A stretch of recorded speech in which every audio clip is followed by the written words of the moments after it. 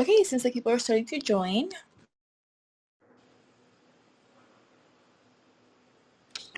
Awesome.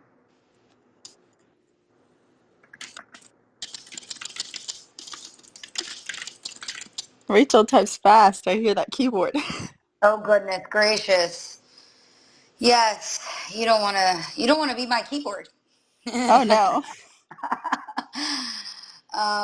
Awesome. So I guess, are we going to give it another minute or we're ready?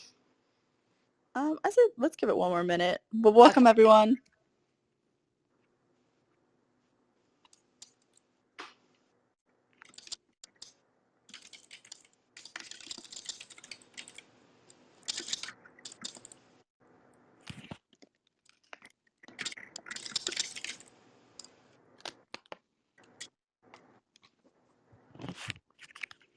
All right. All right, Rachel, you ready to start? We are ready. Okay, hi everyone. Hi Fishbowl. Thank you for joining us today. My name is Samantha Legere. I am the marketing coordinator at the career coaching company WOKEN. So I'm here with today's guest, Rachel Serwetz, who is the founder, CEO, and career coach at WOKEN. We are excited that this is our 6th time speaking on Fishbowl. So you can follow us by clicking our profiles to be notified of future conversations.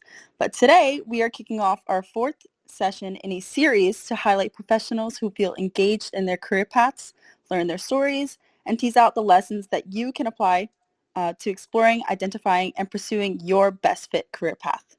So we'll interview Rachel for about 30 to 40 minutes, and then we'll leave it open for the audience question and answers for about 20 minutes towards the end.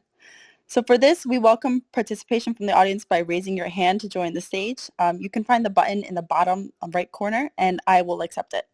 Side note, please make sure you enable your microphone before doing so. Otherwise, we can't hear you.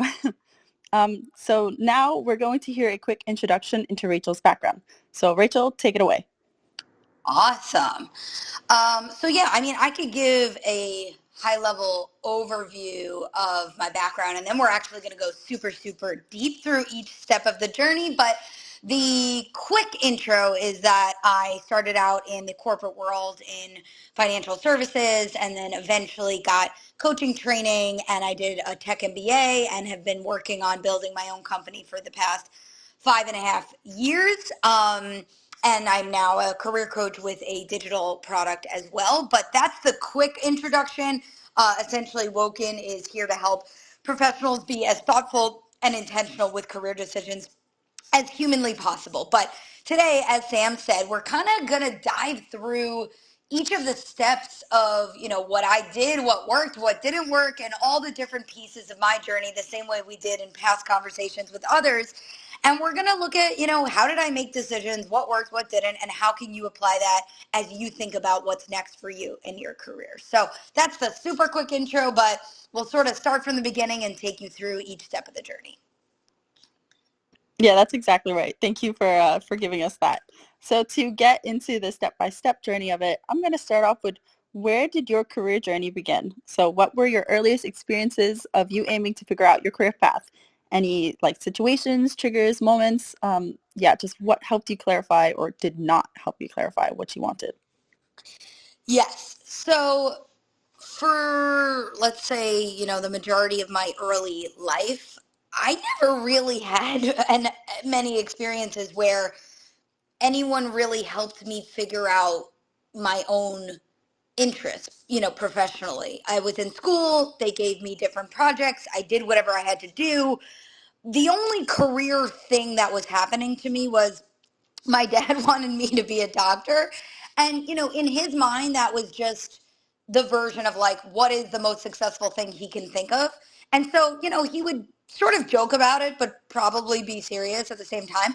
And I never had a reason to question it. I had very few opportunities in high school to actually pick, things that I wanted to do. So then I picked AP Bio to sort of get ready for this doctor path. And I actually applied to med programs undergrad, and I got accepted to Boston University's Sargent College. And ironically, at the time, my family met someone who was an alumnus of that school, and he said it was his golden ticket. And so it was funny because we got this influence of why it could be so great. and we visited BU. And for the first time in my life, someone finally said to me, do you actually want to do this?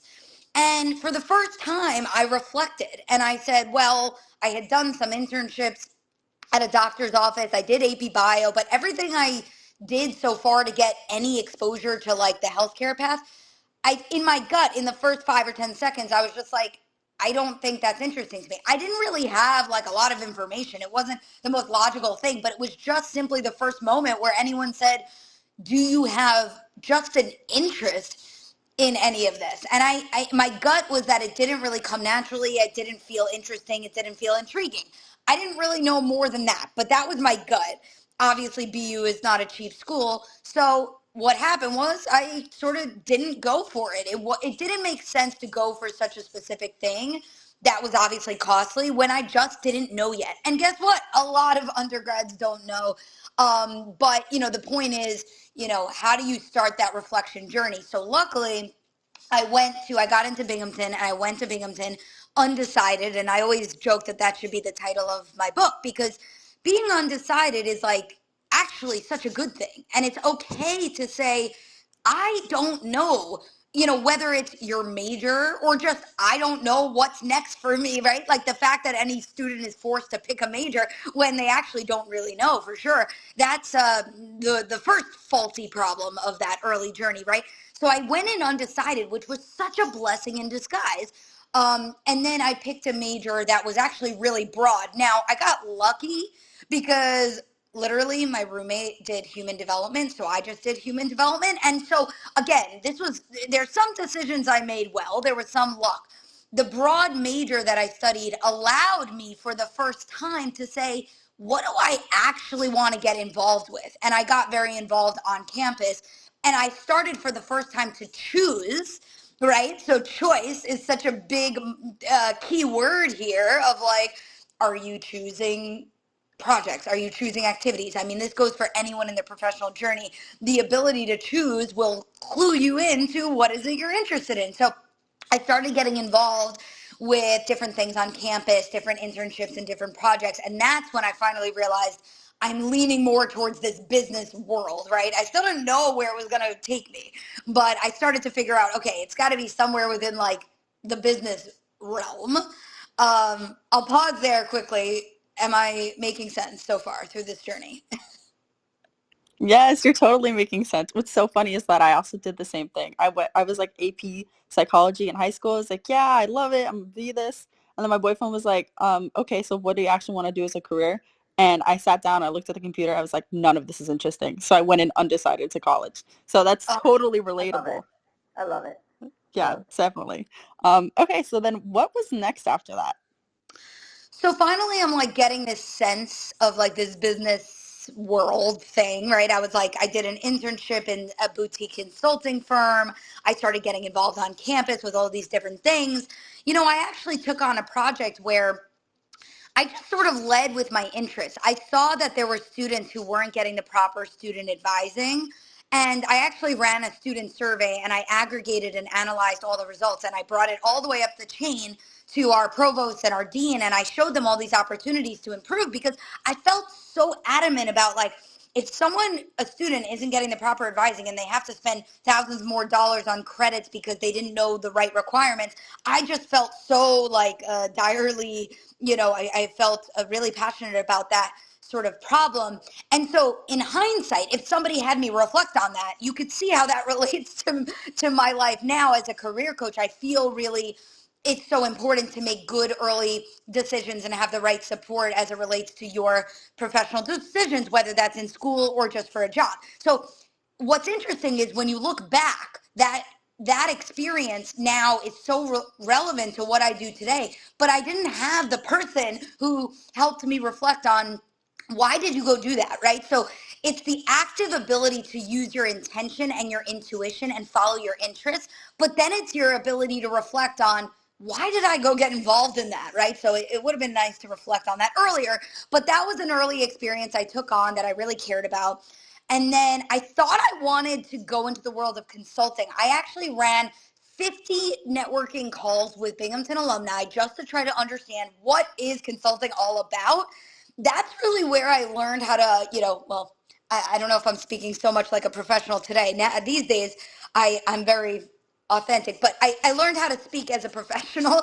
And so luckily, I did start interviewing, and then Goldman Sachs came to campus, and I showed up. And again, this was a little bit of luck at the time. I never had heard of operations. They were recruiting for operations. The other luck piece here was that they were open to all majors instead of just business majors, which I was not a business major. So luckily I showed up. I had done so much networking that I was really prepared. I learned what operations was, and it just so happened that I was very process oriented and whatnot. So it became a good fit, and thankfully I got hired and I started my career there. And I started out in operations, and it was a great first job. But that's when I started to sort of think about, okay, there's your role, there's your industry, and there's your environment. It was a good culture. It was a good role, like operationally, but the content and the nature of it, I was working on this sort of cash management team, liquidity, treasury, and I realized, like, I realized for the first time, like, I don't care about the financial markets. You know what I mean? So I realized, okay, there's your function of what you do all day, but then there's also the content of it. Now, the other interesting piece about Goldman, I was lucky that they gave me the runway to get involved with a lot of projects that I really just enjoyed. So they empowered me to take on other areas throughout my day, throughout my week that, if I got my job done, obviously the core responsibilities, I was able to spend this time elsewhere. So whenever I talk to clients, it's kind of like if you're trying to move jobs internally or even externally, it's something I call an internal side gig. If you have any time to spare on top of your existing responsibilities, can you go get involved with other areas of the company? Can you identify problems that actually interest you? So even though I was in operations and cash management, what's interesting is the entire, let's say, 8 to 10 bullets on my resume became all about HR stuff and people stuff, because I started like a skill development program. I worked on the culture of the team. I worked on onboarding. I worked on recruiting. And I didn't even know that was HR. I just said to myself, what are things that seem interesting to me? Things that I feel like are valuable, impactful. Maybe there was a problem or an area for opportunity. And I just got involved. I actually gave my entire team of like 20 people like a personality test. And I said, let's learn about each other. Now, in hindsight, I'm like, oh, there's HR people that obviously do that. So, the clues, right? So I was getting involved with all the projects that I simply just cared about. And of course, they have to have some value to your team. But if you're lucky enough to be on a team where they let you do that, it's a great way to figure out, what am I interested in? Let me just go get involved with the problems that I care about. And it may not directly relate to your day-to-day responsibilities, but it could lead you to the next thing. So I was lucky that the next job I was at a hedge fund, and when they interviewed me, they didn't really care to hear about, oh, what was your day-to-day responsibilities? They cared to ask me about what were the things you got involved with, people-oriented type of projects. And then eventually I was moving into an HR team at a hedge fund as my second job because of what I got involved with at Goldman. Does that make sense? Am I making sense? Yeah, there was like so much there that I'm just like, wow, you did a lot. First, I need to jump on networking. Then I need to make sure I'm doing side projects within my job. I'm like, I need to get on your level. Well, this is the funny thing. I really tried hard to figure out what my career path was going to be. I was trying to put effort to figure out what path is suitable for me, what path makes sense for my strengths and my interests. I took about 6 years to do that. So that's the reason why I did that. The deeper reason for all of this is that I watched my parents growing up.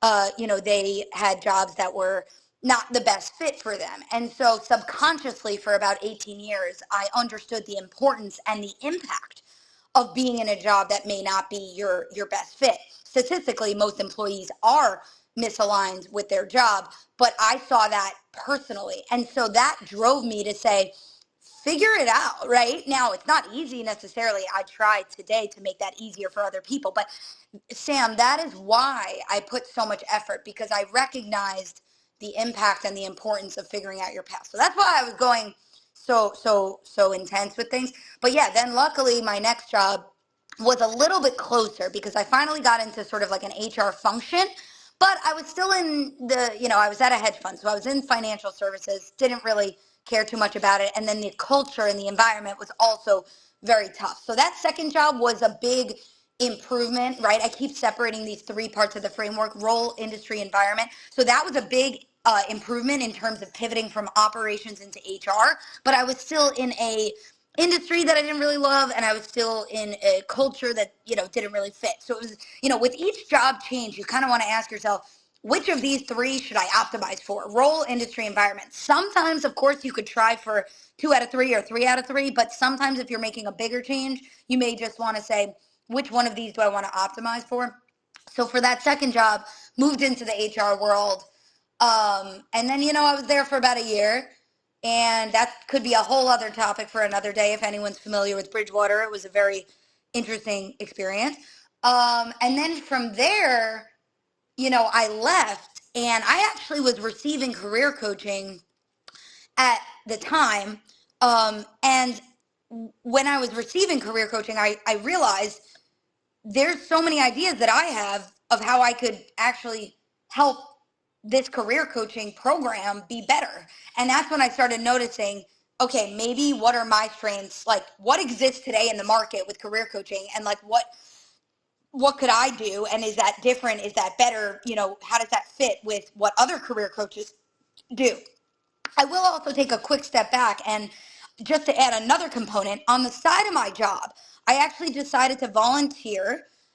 It's a nonprofit called Streetwise Partners, which is a wonderful nonprofit, but I was just interested in helping people with their careers. So I did this thing.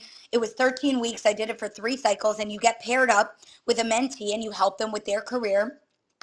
And, again, if you look at that experience, you can ask yourself, what have I volunteered to do? Have you ever chose to take on some volunteer or side gig or some project?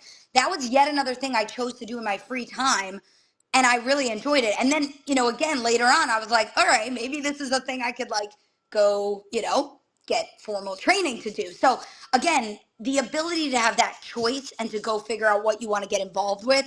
And then sometimes people forget that thing you did on a volunteer basis. Is that a job? Could that be a job, right? So these were all clues.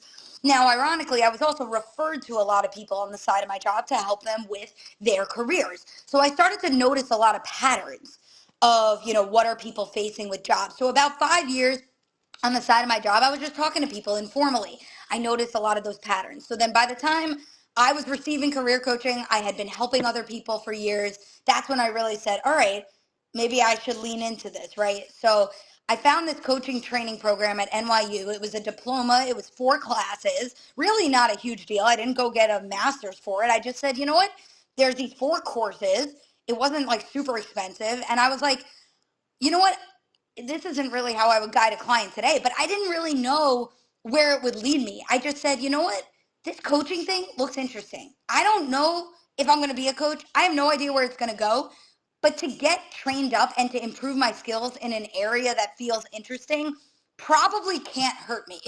And so, I sort of said, I'll figure it out later. And I dove into the coaching program. And then I got obviously the training and certification. And that's when I finally realized, okay, I'm good at this career coaching thing. I enjoy this career coaching thing. And also, to add another layer to it, I'm going to add these like products, digital, I really enjoyed systematizing and scaling processes. So I sort of added some products that made the career coaching a little bit more, accessible and affordable and feasible for people to actually follow these coaching frameworks, so that it wasn't just, oh, you hop on the phone. It was more like, how can I build out something?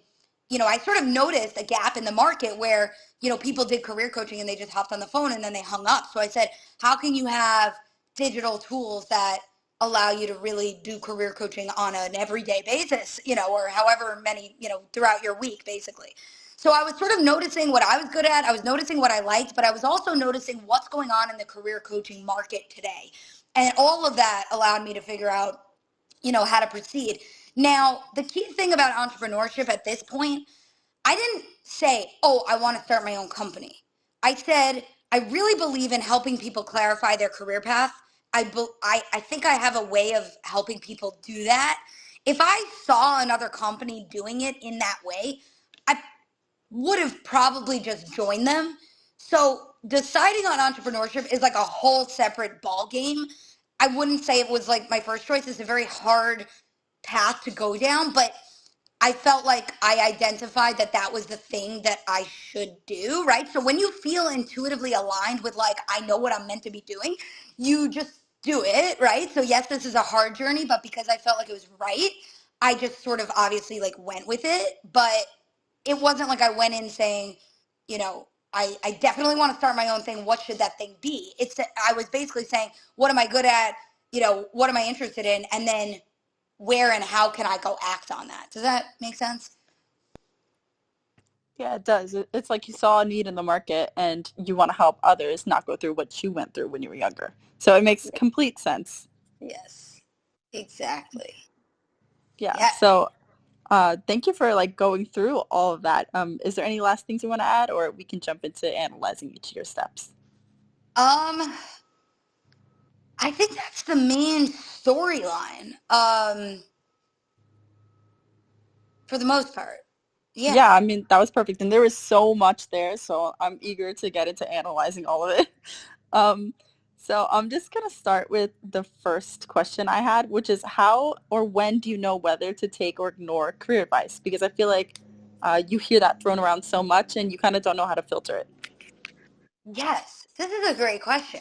I actually just wrote a little LinkedIn post on this because I hear people saying either receiving this advice or giving other people advice around, oh, you should go try this career or you should avoid this career. Be very careful when you share things like that with others or when you listen to that.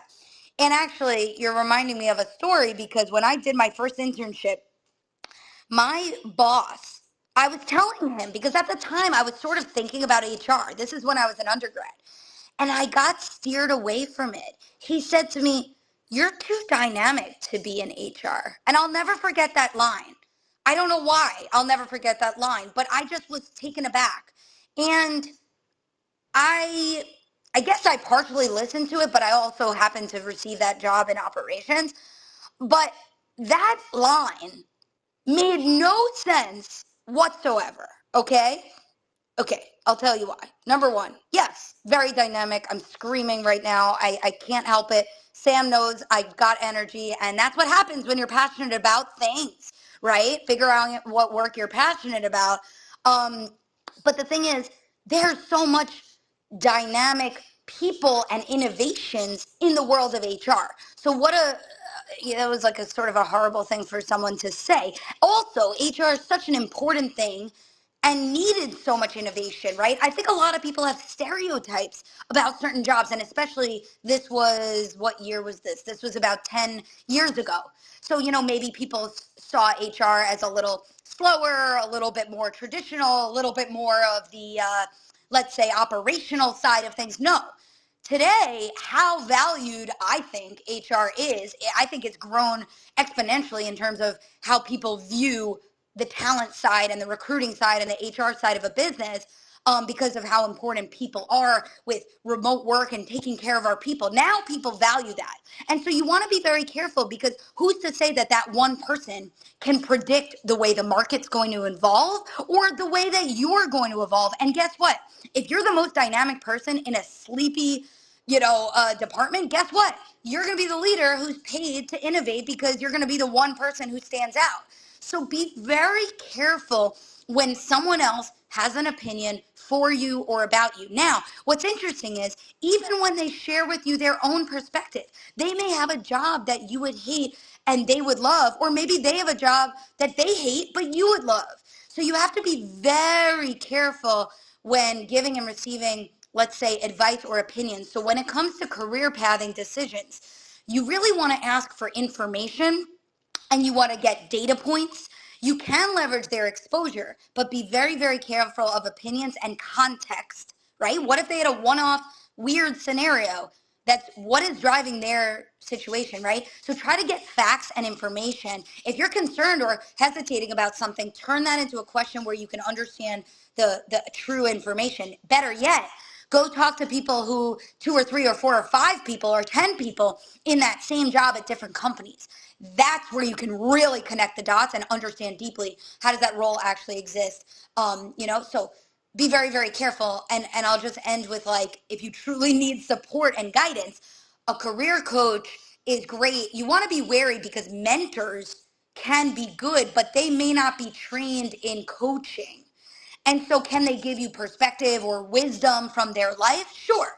But a coach is here to make sure you have support to actually come up with the answer that's right for you versus giving you the answer. How do we teach you how to find that, be resourceful, have accountability, and have support and have guidance to navigate whatever is best for you? So advice is a tricky thing. Oh my God, I bet. I remember my family used to tell me all the time what they think I should do. And I mean, I was just like, I don't really care about that. Yep, They think, exactly. And better yet, if you're at a family function, it's better for you to go saying, I'm looking into A, B, C, and D, or I'm considering this. And you're not asking for their opinion, but guess what? If you can show them what you are looking into, then they can at least connect you with people, because people sort of like are thinking a lot less than you probably realize that they are. So if you go to them saying, I'm looking into A, B, C, and D, what are they going to do? They're going to react and say, maybe they know people, maybe they have resources around your areas of interest, right? But if you say, I don't know, you're opening up for their opinion as to what you should do. So be cautious with, I know it's tricky when you're with family and friends, but whatever you decide to say should be around really what it is. Well, first of all, what level of information do you even want to share with your personal network? And then if you think they could be helpful, be more open to letting them in with, maybe you're thinking about some options. That's okay. It's okay if you don't know the final answer, but let them in on what you are thinking about so they can help you with wherever you are at versus like telling you what they think you should do. Because what are the odds they really know for sure what's best for you? You know what's best for you, right? Or you're trying to figure that out. Exactly. No one knows you better than yourself. I There it love is. that. Yeah. Okay, so next question. Were there any career steps you took that weren't a perfect step in the right direction? Something you tried and it didn't really lead you to anywhere, but you gave it a shot anyways. Yeah. You know what's funny, actually, in my story, and I forgot to talk about how I did my MBA program, but that's another piece. I clearly, wow, can't forget about such an expensive decision. There was something, to answer your question, I ended up joining a company for like 6 weeks, and it didn't end up being a good fit. Now, I don't know if I fully could have known that, but the problem was I became so good at interviewing that, you know, sometimes we see interviews as like a check the box thing. We tell them what we know they want to hear, and all of a sudden we forget, what do I actually want? Which interview do I even want to be in? And I became so good at it that I just like sold them on me. And then I joined, and it was not the right culture. It was not the right fit. And so I left after like 6 weeks. This was also somewhat of a mistake. And I'll tell you why. It was driven out of fear. When you have to understand when you make job decisions and what emotional state are you in. Sometimes we job hop and we go open the job boards to apply to things when we're feeling some kind of way. Remember, I always say, like, hands off the keys if you're feeling stressed so that you make decisions out of the right emotional state, right? Because I was basically I wasn't ready. I was aware that I probably could go start my own business, but I was nervous. So I went back into the corporate world. And so just because I was scared to start my own thing, it still was the right path. I just needed to find more support to do it. Instead, I said, let me go back into the corporate world. And that just did not fit. I left after a few weeks. Viscerally in my body, I just like felt like I don't belong in a 9 to 5 anymore. And I left. I like cried. because I was just, I had felt pressure from my family to go find some secure, stable thing. It's obviously very scary to start your own thing. But if you know what's right for you and it's scary, that means go find support. It doesn't mean go back out to do something safer, because is that safer thing going to work out if you're totally checked out and you don't want to be there? Are you going to do a good job, and how's that going to go in the end? So you got to think about where and why and how you're making these decisions, right? Because if you're checked out but you're trying to force it or you're trying to make it work, how long is that really going to last you, Yeah, and I feel like the part about stress is so true, because I feel like when we're stressed out, we will try anything to try to like not have it be as bad. Yeah. But really, that's the worst kind of ways to make decisions, because you're not really thinking straight Yeah. about like your future plan. Exactly. So always slow down, take a step back, take a deep breath. Maybe you reach out to someone, a peer, a coach, a mentor, and say, let me just think out loud. Let me just make sure I'm being thoughtful. But the difference between noticing stress is okay, using it as an opportunity, talking out loud, thinking through the factors. We don't need analysis paralysis, but we also don't need to act out of that immediate stress, because the decision you make from that feeling may not be the actual action that you really want. So I always say drivers determine your outcomes, right? So really think about how you're feeling when you start to pursue a certain, next step or whatever it may be. It's so true. Yeah, thank you for that. So moving on to the next question is, what was the best thing you did to efficiently clarify and forge your best fit career path? Yeah, well, so for me, it took 6 years, and so it wasn't efficient. Now I help people to be efficient, but I do think the best thing was talking to people. So I did these like 30-minute informational chats with people. At the time, I was like learning about consulting. I also, by the way, I just tried to get involved. Like, if you could tell, right? I tried to do projects that were interesting to me. There was one point in time when I thought I wanted social impact consulting, and I literally joined some conference at Yale, and it was just like social impact. And I just went for the day, and I was like, I'm going to go to Connecticut and I'm going to sit in this conference. I had no idea what it was all about, but I said, I think this is a thing, because at the time I was like, I want to help people. Social impact consulting felt like an obvious, option, but then, eventually I realized career coaching, right? So a lot of people say, I want to help people. Okay, but who do you want to help? How do you want to help them? With what problems do you want to help them, right? So I was sort of figuring it out. But the point is, I showed up to a conference. I was talking to people. I set up informational chats. I got involved with projects.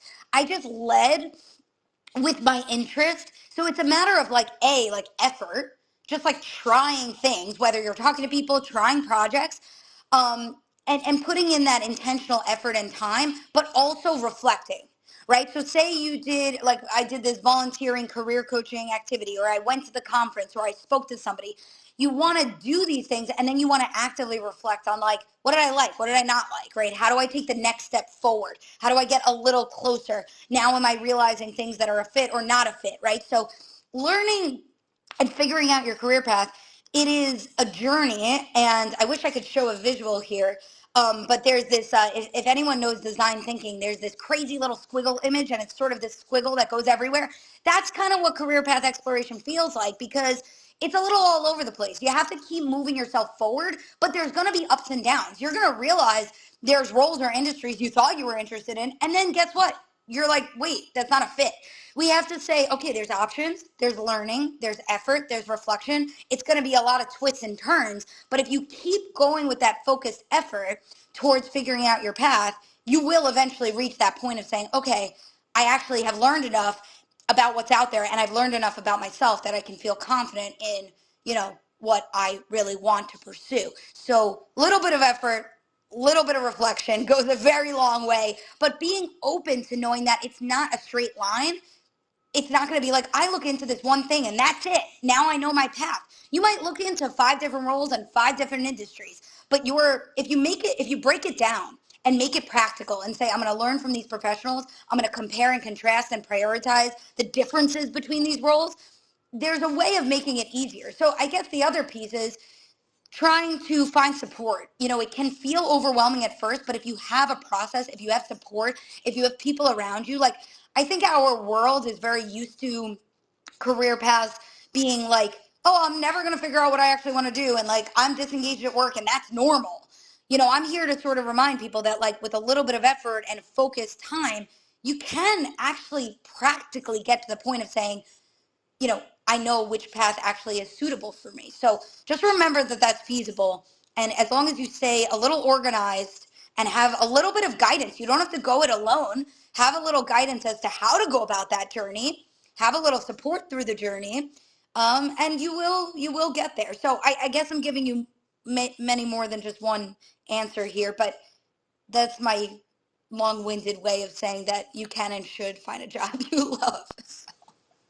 Yeah, and I think actually it's good to go more into that because you're telling them like the how, but we should go into really the why. So like why should others feel aligned with your career path? So what are the impacts you've seen at your job, Yeah. from being aligned?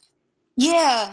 Well, look, there's the research that tells you you're going to be more productive, you're going to be more innovative. You actually make more money and more money faster when you're in a job you're engaged with and aligned with, right? So Gallup always puts out its survey of how many people are engaged at work, right? Think about it. If you're sitting there checked out, are you going to be the top performer on the team? But guess what? You might just be on the wrong team. So go find where you're going to be a top performer. What job responsibilities is the fit for your strengths and for your interests, right? You don't have to work all hours every day and burn out at a job you love, but at least it's going to naturally suit you. And so that way you can thrive. When you feel that natural friction of like, I'm in a job that just isn't suitable, right? It's so hard to progress and grow in that same vein. So there's a lot of research around the benefits. There's also research around the well-being benefits. And I mean, all of the things I'm saying, I feel a personal, affects me personally, but even the well-being element, right? So I saw this in my parents, the stress and the toll that it takes on you and your relationships. It affects your wealth potential. It affects really just your stress every day. If you're coming home to your family sort of hating your everyday, how is that going to affect you and your relationships and others, right? So, I mean, these are things that are obvious, but for me, it just helps me to feel like I know what I should be doing. Now I can focus on how should I do that really well. You want to focus your time and energy on how do I grow? How do I advance? You don't want to be questioning where do I belong in this professional world? You want all your energy to go towards how do I be the best at my path? How do I grow? How do I advance? How do I, be the best at whatever it is, right? And which company wants me and how do I excel and advance and earn more and have more impact. And, we all want purpose from work and we want to create impact. So knowing which job is the best for you allows you to focus on the impact of your work and all the good elements that we want out of work, right? We don't want stress out of our jobs. We want to feel like that impact. Now, look, no job is perfect. No job is a walk in a park. But I sort of can go to sleep at night saying like, I genuinely feel sure that I have figured out like what I'm meant to do.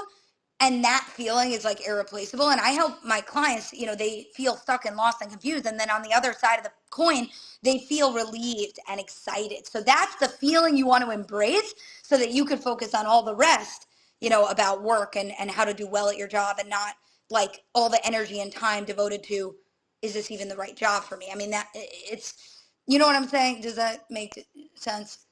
No, it makes sense. Like that clarity must be so peaceful. And I feel like when you're engaged in doing something, you actually do it better. So like you'll be the top performer because you love it so much. Yeah, exactly. Yes. Yeah, but thank you for answering all these questions.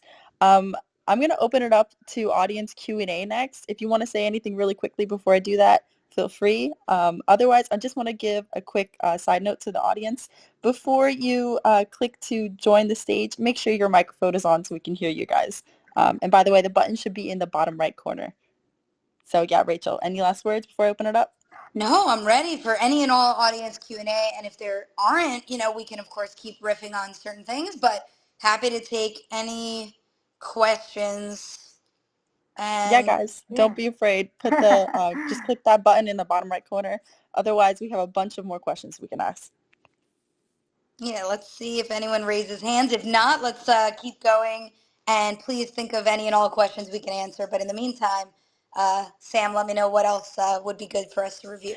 I'm really interested in this question. It says, where do you see people trip up the most in career path exploration or job searching? So what do people make the most Yes. mistakes and how can you curve that?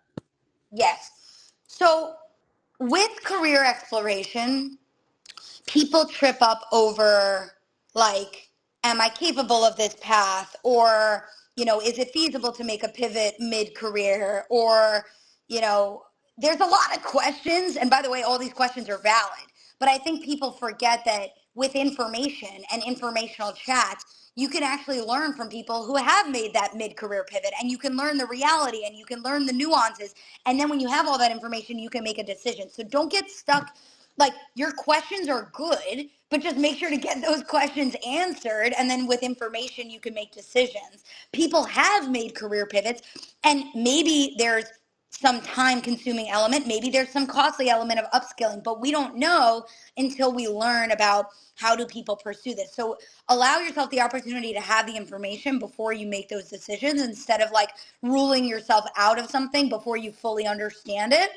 And people also trip up over,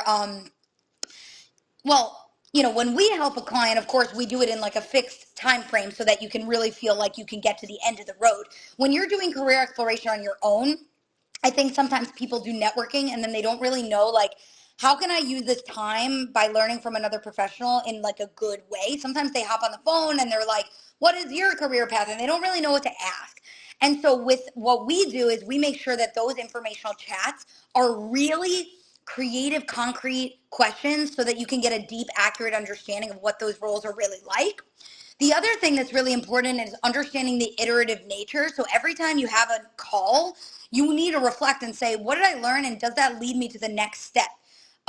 You also have to be really honest in the call itself. You don't have to learn just from that person's role. What about their perspective? What about their exposure to other roles? You might chat with someone and realize, oh, it's something else on another team that they work with that's actually more interesting. So knowing how to run these informational calls really well, there's kind of a lot of tips that I could say, but there's so much that goes into that to really make it useful. I think people try networking, don't get what they need out of it, and then feel like, I'm never going to figure this out. So get the right support to know how to do the process effectively so you don't feel like you're spinning your wheels. In terms of job search mistakes, I think people look into way too many different jobs at once. They're applying to like 4 different roles. They have 4 different resumes. It's like, oh my goodness. So if you have a lot of different directions, I would just look back and say, how can I prioritize which one of these makes the most sense so that you can actually double down? I think people think when you narrow in, you're losing out on opportunities, but you can go find more volume of the right thing instead of having like 5 roles that you're going after. Because if you have 5 roles you're going after, you're going to be confused. You're not going to be able to tell that compelling story. Like if you have 5 stories, it's like, which one is true? You know what I mean? It's like, if you're not sure, how are they going to be sure? And you can just double down so much on really launching into the path you want. If you know which one is the best fit for you. I think also people with job search. Now, this is the weird thing about job search is that in theory, online applications should work. Statistically, most people land jobs through networking. So it's sort of this weird industry where there's a lot of job search engines and a lot of job boards, and yet just don't spend all your time on online applications. So knowing where to spend your time and how to network and how to get your foot in the door. Basically, people go about job search all on their own, and they forget that there's like career coaches and there's job search best practices and there's tips that can help them. And sometimes you have to get around the system. Just because we have job boards doesn't mean spend all your time on there. And I know that's unfortunate. That is a broken industry, but you'd rather accept the reality and get around it and get ahead, right? So knowing how to job search, knowing your direction, and just pivoting, like look at what's working, look at what's not working, and adjust your approach. We don't want to just do the same thing week over week, and then sort of you can't do the same thing expecting different results, of course, right? So how can you learn new things, learn new tips, adjust your approach, measure, and see, where am I finding a pattern? Where am I tripping up the most? Is it landing first round, second round, third rounds, whatever it may be? And that will tell you, where do I need to adjust? So I realize I'm sort of combining job search plus career path exploration stuff here, but these are some of the areas I see people trip up typically. No, and I think like doing the same thing and reflecting on why it's not working is the most important part because sometimes it gets annoying to do the same thing every day. Like in job searching, you know, when you upload your resume and then they ask you to write down all of your job history too after that. That's so annoying. I'm like, you have my resume. Why are you asking me again?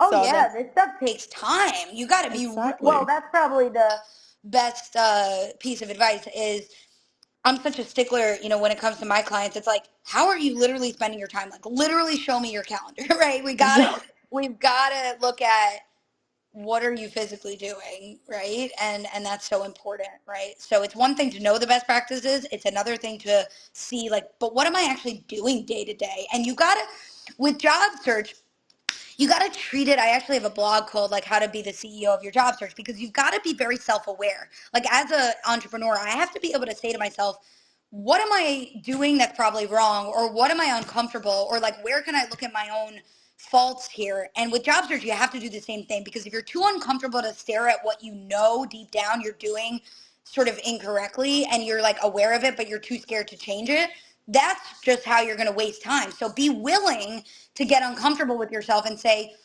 I'm either not doing the things I should be because I'm nervous, or I'm doing a lot of the wrong things because I don't know what else to be doing. Whatever the reason is, get support, because you just want to be sort of, especially if you're not working and you're using your time, you want to be maniacal with like, I'm being as thoughtful as I can. I'm being strategic. I'm using my time wisely. The only way to do that is to learn, how am I supposed to job search? And I think people forget you can learn how to job search. Don't just dive in. I think we just dive in and we expect that we know what we're supposed to do. It's okay to learn. It's okay to figure out like what is job search, and get support with that. I know it sounds silly, but there's absolutely support you can get with how to go about it properly. Yeah, it's almost like job searching and career path exploration. It's its own job in a way. So Oh that's yeah. definitely funny. Yeah, well, right. Career path exploration is a phase that you really should do before the job search if you can. Job search is a separate thing, but each require time and effort. Now, how much time you want to put into either of those things is up to you. But yes, usually the phases I recommend are like, do the exploration first, figure out your direction, then figure out your upskilling. Do you want or need any further learning opportunities or training? Then you want to update all your personal branding materials, and then you want to job search, ideally in that order if you can. It's not always the case, but that would be sort of an ideal way to do it. No, I totally got you. I think I'm actually in the middle of upscaling for like Google career certificates or something like that. So I feel like I'm right there. Happy to hear I'm on track. Um, but just want to say once again, please, if you have any questions, raise your hand in the lower button in the corner. Or if you just want to hear me and Rachel's beautiful voices, that works again too. Um, but just to continue on, I want to say, in your opinion of who gets hired, what makes for the top most compelling candidates who actually land the role? Is it, confidence? Is it something else, how they answer questions? What do you think it is? Yeah.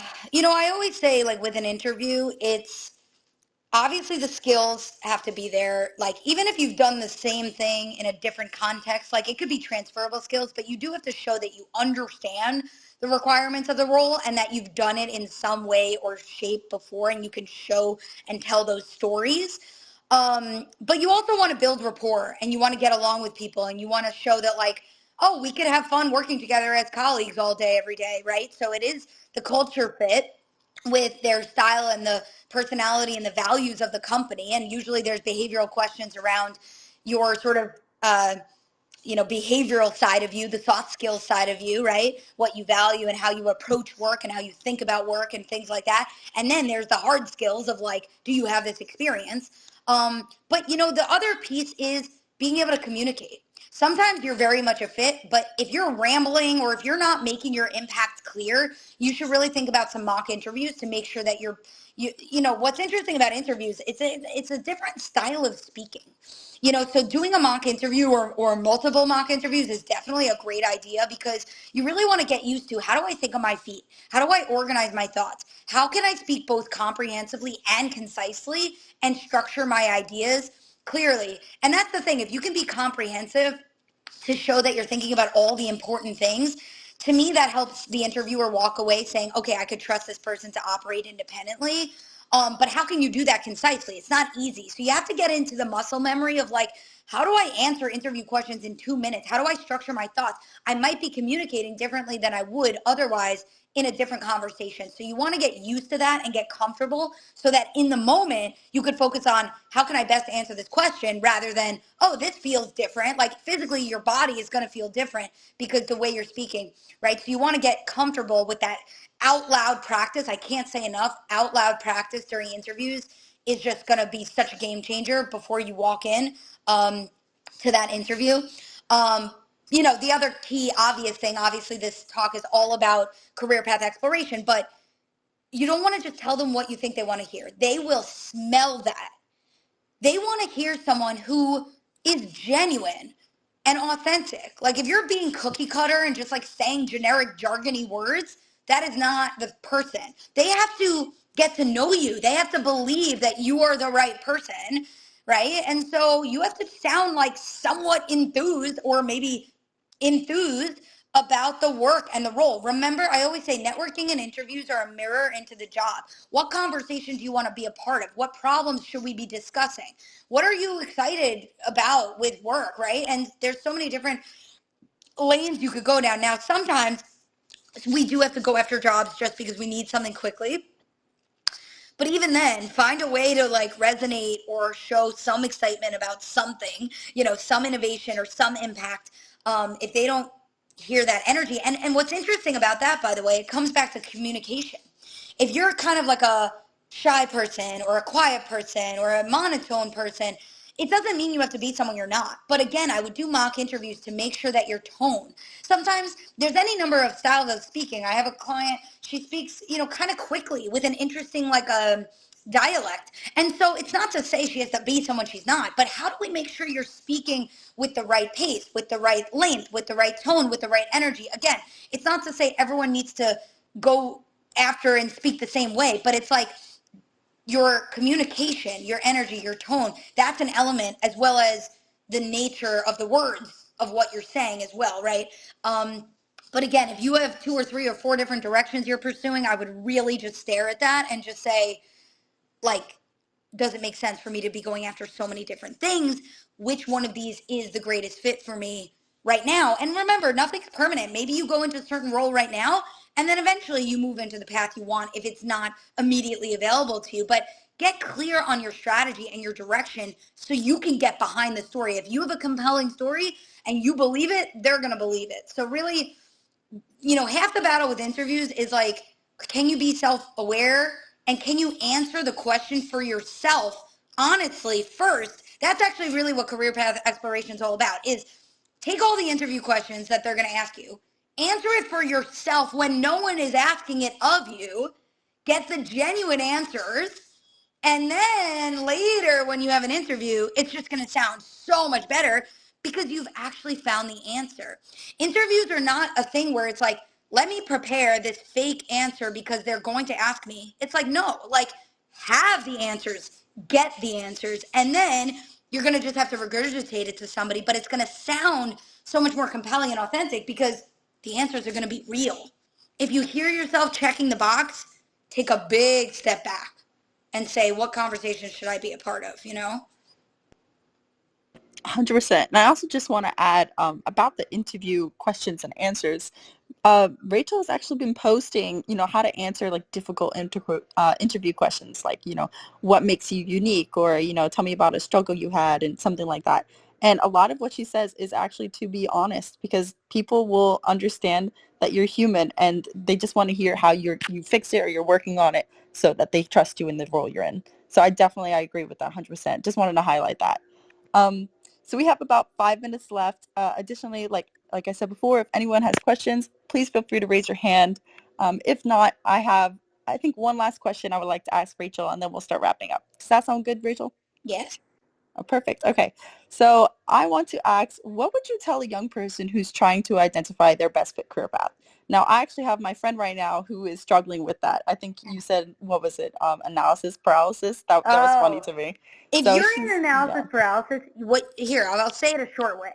You need to ask yourself, do I need more information or do I need more reflection or both? You need to first understand the roles and the industries accurately, fully, and then reflect and compare and contrast. So either ask yourself, are there things I still don't understand about the different roles that I'm considering? Do I have the full set of facts and information as to how these roles typically look and work?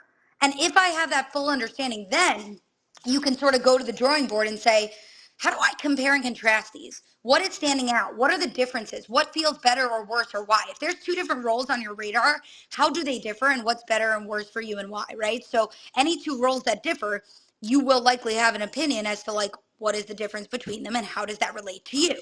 So you have to sort of take pen to paper with that one. But it's like learning first, learning fully, and then reflecting fully. So either would just ask yourself, if you're still debating roles or industries, do I need to learn more or reflect more or both? But there is a way of getting to that point. So first you have to believe, okay, I can get to that point of feeling confident. And then it's like, what are some practical next steps I can take, whether it's learning or reflecting, to get to that point of saying, okay, I'm confident that this feels like the right path. And just remembering that these other paths can be in your future, but you just need to ask yourself, like, what is the right fit for me right now? You don't need to worry about what you're going to be in 50 years. The world's going to change. You're going to change. If you figure out what's an amazing fit for you right now, it's actually going to lead to things you probably couldn't have predicted otherwise. So that's really what I encourage people to focus on, is sort of the now. Yeah, I think I'll pass that on to her because she's just stuck between these three roles, and I keep on trying to tell her what you tell everyone, to do career exploration, but sometimes people are not as like open to taking advice or to get help. Yeah. So how Well, would you look, help obviously you someone? can't help someone who doesn't want to be helped, but like obviously if it's a friend, you're just going to be supportive. But, be self-aware, because if you're asking for help but you're not actually open to help, like really know what you need. Maybe you need coaching, maybe you need therapy, maybe you need a friend, maybe you need accountability from a peer group. So you can know the tips and the tools and the frameworks, but you also need to ask yourself, like literally just holistically in my life, do I need support from my partner? Do I need support from whoever, a parent or whatever, right? So there's the bigger picture of what's going to help me feel good to even go get these answers. Sometimes I have people who are like, you know, I need to move cities, or I need to break up with my partner. Like there's sometimes distractions in life that you need to tackle before you can even feel ready to think about careers. And it's a big decision. So it's okay to go get the support you need and work through it. You don't have to do it all on your own. So being self-aware and getting support, I would say is the other keys here. Yeah, that's so true. Thank you for that. All right, so we have only 2 minutes left, so we're gonna start wrapping up. So I'm going to share where people can find me, and then Rachel will share how you can find her and Woken. So for me, you can connect with me on LinkedIn by searching Samantha Legere. And Rachel, where can people connect with you and Woken? Yes. So our website is iamwoken.com. We have a ton of free career resources on there. And we also offer a free initial call if you want to explore any support for you one-on-one. What else? We have our LinkedIn page. We have an Instagram page. Of course, Fishbowl account. Am I missing anything? My LinkedIn, my personal LinkedIn, you can just connect with me. I always like to post on there as much as I can, videos and tips and things like that. So reach out. We have a ton of free career resources, and we'd love to help. So if there's anything we didn't cover, please, find us, ask questions, and we'll, create more resources to support you. We love to help however we can. 100%. We're always working on it. Feel free to comment on any videos you see on social media or posts, and we will try to respond to you as soon as we can.